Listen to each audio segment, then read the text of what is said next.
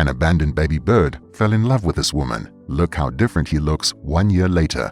This story happened back at the start of 2021 in Kauai, which is an island in the Central Pacific and is part of the Hawaiian archipelago. It's nicknamed the Garden Isle thanks to the tropical rainforest covering much of its surface. As lots of people know, rainforests are usually great places for hundreds of different species of plants and animals to live in. And on this island, one of the species of animals is a type of bird called a Java sparrow, which is the focus of this story.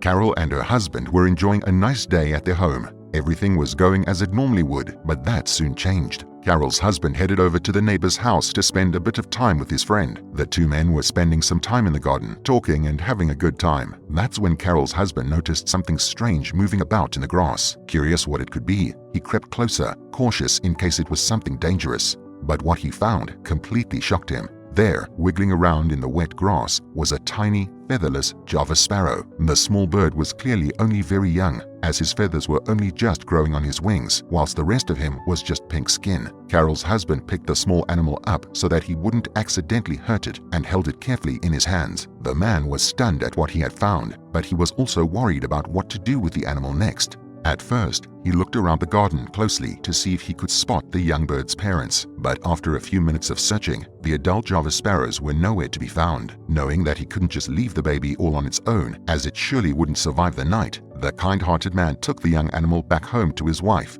When he showed Carol the small bird, she couldn't believe it. Just like her husband, Carol thought that the small bird must have fallen out of its nest by accident and that its parents were surely looking for it. So, not wanting to separate the animal from its natural family, Carol took the small bird back to her neighbor's garden and had another thorough look for the nest or the parents. Sadly, she could find neither, so she took the bird back to her home filled with the determination to help it grow into a proper adult. Looking after a baby bird is no simple task though, as Carol soon found out. I had to feed him every hour or two from sunrise to sunset, she said in an interview. After that period of just figuring out what we should do, then it became the realization that we have a bird we're raising in our house. Whilst raising the young chick, Carol went back to her neighbor's garden every day to see if she could spot the animal's parents. But as the days went by, there was still no sign of them, and it was up to Carol and her husband to continue raising the young bird, who they call Mr. Baby Snuggles. The only problem was, the couple also had a rescue cat called Maurice who lived with them.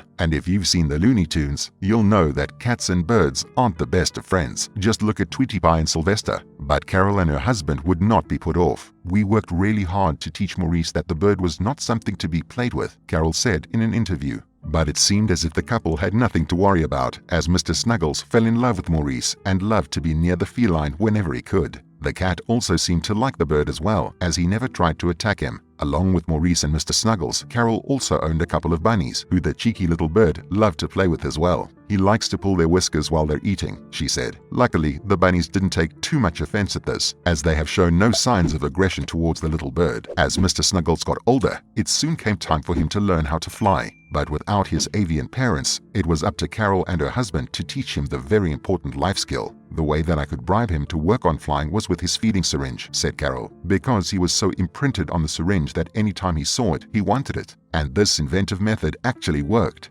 The little Java bird was soon a fabulous flyer who loved to zip around the house to get to wherever he wanted to be. But despite loving the cheeky and very adorable bird, Carol still wanted him to live his life in the wild and not as a pet. But because humans cared for him when he was only very little, Mr. Snuggles ended up imprinting on humans, which meant that he would never be a fully wild animal. Knowing that this was the situation, Carol decided on a soft release approach to get the bird used to its natural habitat, whilst also providing him with the comfort of his home. This resulted in Mr. Snuggles spending the day with the humans who rescued him and spending the night with his flock of Java sparrows in the trees outside. Mr. Snuggles has made friends with a flock of Java sparrows, which has around 200 of the birds in it. Every morning, Carol would wake up and feed Mr. Snuggles and his 200 friends breakfast and would repeat the process again later in the evening for their dinner. When I feed, I can't tell the difference between any of them, she said. But it's not as big of a problem as you might think. This is because she and Mr. Snuggles talk to one another. When Carol wants Mr. Snuggles' attention,